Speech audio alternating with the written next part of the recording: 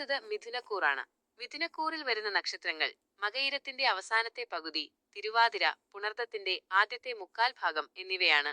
ഇവരെ സംബന്ധിച്ചിടത്തോളം ഏറ്റവും പ്രധാനപ്പെട്ട ഒന്ന് കർമ്മരംഗത്തുണ്ടായിരിക്കുന്ന ചില പ്രശ്നങ്ങളാണ്. ജോലിയുമായി ബന്ധപ്പെട്ട ചില പ്രശ്നങ്ങളും പ്രതിബന്ധങ്ങളും പിരിമുറുക്കമുള്ള നിമിഷങ്ങളും ടെൻഷൻ നൽകുന്ന ജോലിയുടെ ഉത്തരവാദിത്തങ്ങളുമൊക്കെയാണ് ഇവരെ കാത്തിരിക്കുന്നത്, അല്ലെങ്കിൽ ഇവരിപ്പോ അഭിമുഖീകരിച്ചു കൊണ്ടിരിക്കുന്നത്.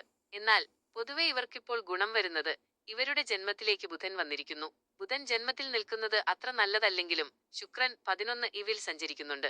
അതുപോലെ തന്നെ അപ്രതീക്ഷിതമായ ചില സാമ്പത്തിക ലാഭങ്ങൾ ഉണ്ടാകാം, ചില ഭാഗ്യാനുഭവങ്ങൾ ഉണ്ടാകാം. അതുപോലെ ഇവരുടെ കുടുംബജീവിതത്തിൽ സന്തോഷമുണ്ടാക്കുന്ന ചില നിമിഷങ്ങൾ ഉണ്ടാകാം. അതുപോലെ തന്നെ ഇവരുടെ ജീവിതത്തിൽ ചില മാറ്റങ്ങൾ ഉണ്ടാകാം.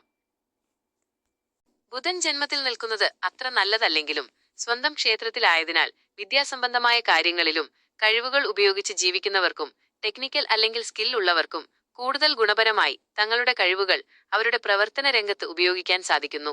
അതുകൊണ്ട് തന്നെ അത് കൂടുതൽ ഗുണകരമായി വരുന്നു. സാമ്പത്തിക നേട്ടമുണ്ടാകുന്നു. ജോലി സംബന്ധമായ കാര്യങ്ങളിൽ കുറച്ചുകൂടി മികവ് ഇവർക്ക് ഉണ്ടാക്കാൻ സാധിക്കുന്നു. ഏതെങ്കിലും തരത്തിലുള്ള അവസരങ്ങൾ അനുഭവിക്കാനുള്ള ഒരു സാധ്യത കാണുന്നുണ്ട്. ഇവരെ സംബന്ധിച്ചിടത്തോളം ഈ ആഴ്ചയിലെ നല്ല ദിവസങ്ങൾ എന്ന് പറയുന്നത് 9, 10, 11, 12, 13 തീയതികളാണ്. ഈ ദിവസങ്ങൾ താരതമ്യേന ഗുണകരമായിരിക്കും. എല്ലാവരും ഈ വീഡിയോ കാണുകയും ചാനൽ സബ്സ്ക്രൈബ് ചെയ്യുകയും ലൈക്ക് ചെയ്യുകയും ചെയ്ത് സഹകരിക്കണം. ഏറ്റവും പ്രധാനമായി നിങ്ങളുടെ കുലദൈവത്തെ ആരാധിക്കുകയും അതിന് ശുദ്ധമായ നെയ്യോ എണ്ണയോ ഉപയോഗിച്ച് വിളക്ക് വെക്കുകയും ചെയ്യുക.